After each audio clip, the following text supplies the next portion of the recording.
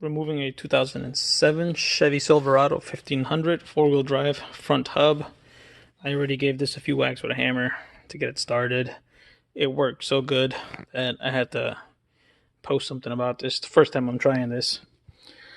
So what I did was use one of the lug nuts underneath. Random bolt that I had laying around with a nut on it.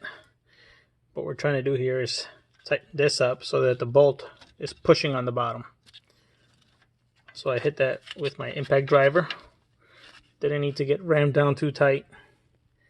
Just enough for it to put some outward pressure on it so that it's pulling out, pushing out.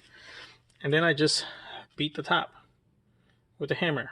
I was going to air hammer it here and just try to see if it would pop off faster, but I was like, well, you don't always have an air hammer, so let me give this a shot.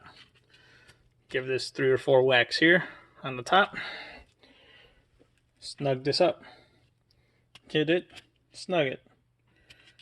I have less than a minute into it, and she already broke free. I'm going to see if I can do this, and you guys can get a look at it.